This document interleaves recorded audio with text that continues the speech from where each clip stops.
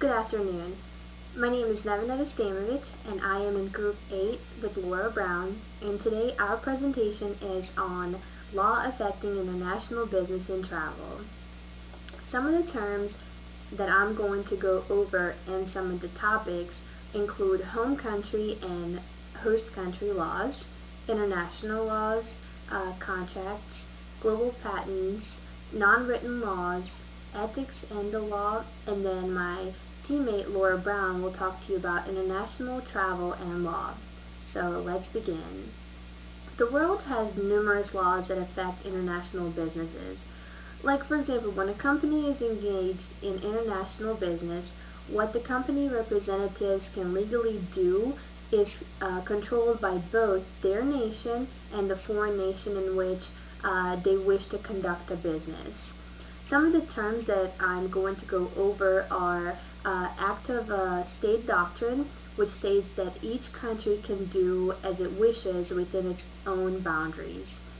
Second one is Home Country Laws, which are laws, treaties, and acts that govern business within their own country and those governing businesses with other countries. And the third term is Host Country Laws, laws, treaties, and acts that govern business within the foreign country in which you wish to conduct a business. Legal requirements that govern U.S. citizens' actions during negotiations are anti-diversion requirements, which is bill of lading and invoice that states it must be clearly displayed and that says the carrier cannot divert the shipment to a country the U.S. government considers restricted. Anti-boycott regulations prohibits United States companies from participating in boycotts between two or more countries by refusing to do business with a friendly nation to comply with a foreign boycott. And there's antitrust laws that are designed to ensure fair competition and low prices to United States consumers.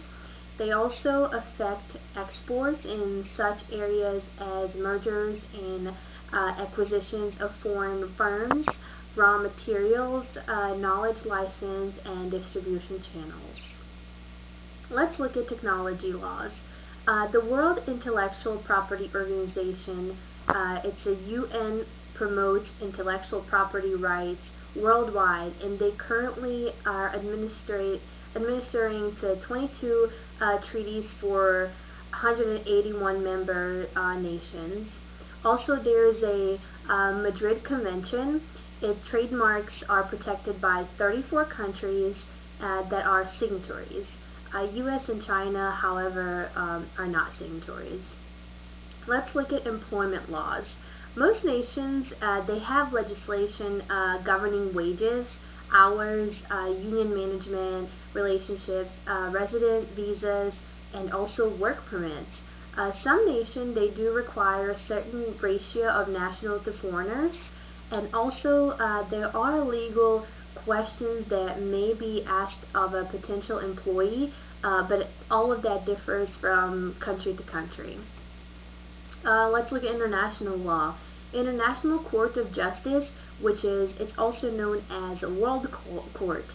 It is a body of UN that provides a way to settle international disagreements between countries rather than corporations. There are three legal bodies in the UN, and they are United Nations Commission on International Trade Law. There's also the International Commission, and the third one is the Sixth Committee of General Assembly. There's a movement, and by institutions, it's concerned with international business, and it has encouraged the development of agreements and laws that are uniformly accepted in world trade. Some of these institutions are International Chamber of Commerce, there is the Vienna Agreement, the Hague Convention, and the fourth one is International Commerce Terms. There are also sanctions, and these sanctions they prohibit United States companies from doing business in targeted countries, when, like, for example, United States government does not approve of a country policies, they implement sanctions to try to reform the country. Also, one of the important things in doing business is having a contract. And contract is an agreement between parties to do something that it can be oral, written, or it can be implied through a conduct. I wanted to look at some examples how different countries view contracts, and I looked at, of course, in the United States, we know that contracts are very important. Oral contracts are legally enforceable. However, I looked at Japan, and I found that in Japan, contracts may be verbally, in writing, or by conduct, but they're always open to renegotiate. And I looked at Russian Federation, and what I found that in Russian Federation in the past, there was little existence for contracts. Goods were allocated and firms accepted what was sent. Today it's changing, but still they have problems with that concept. I also found out that when I looked at legal and ethical practices, they're viewed very differently. For example, the word contraband in the United States, it means breaking a law by smuggling, where in Latin America, however, the Spanish word is contrabando, which means against the bandits, and it is actually viewed in a positive way. Global patent, let's look at that. Companies, they file patent applications with the United States Patent Office, with limitation to file abroad is 1 year from the date of United States application.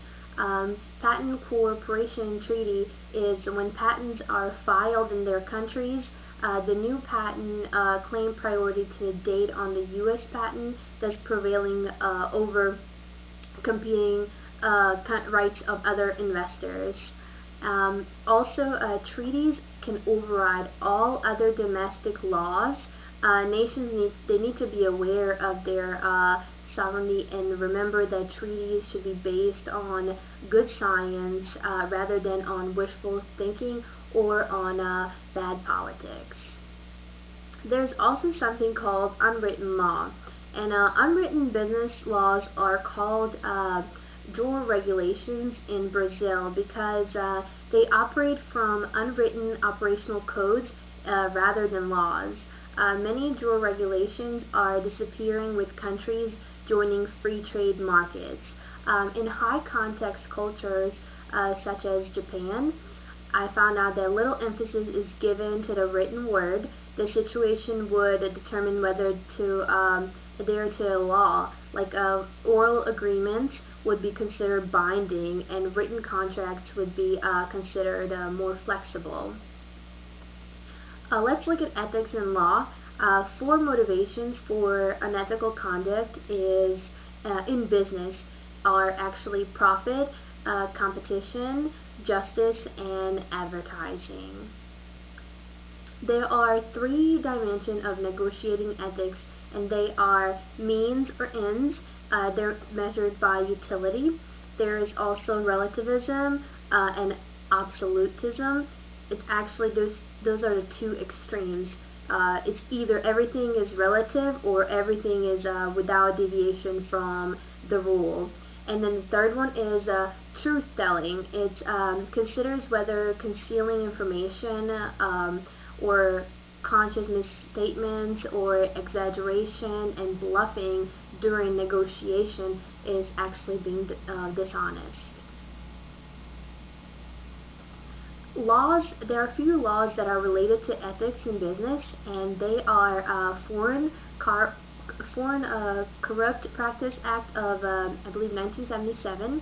It requires U.S. companies to account for report international transactions accurately, and it prohibits bribes such as gifts and entertainment that is used to gain business advantage.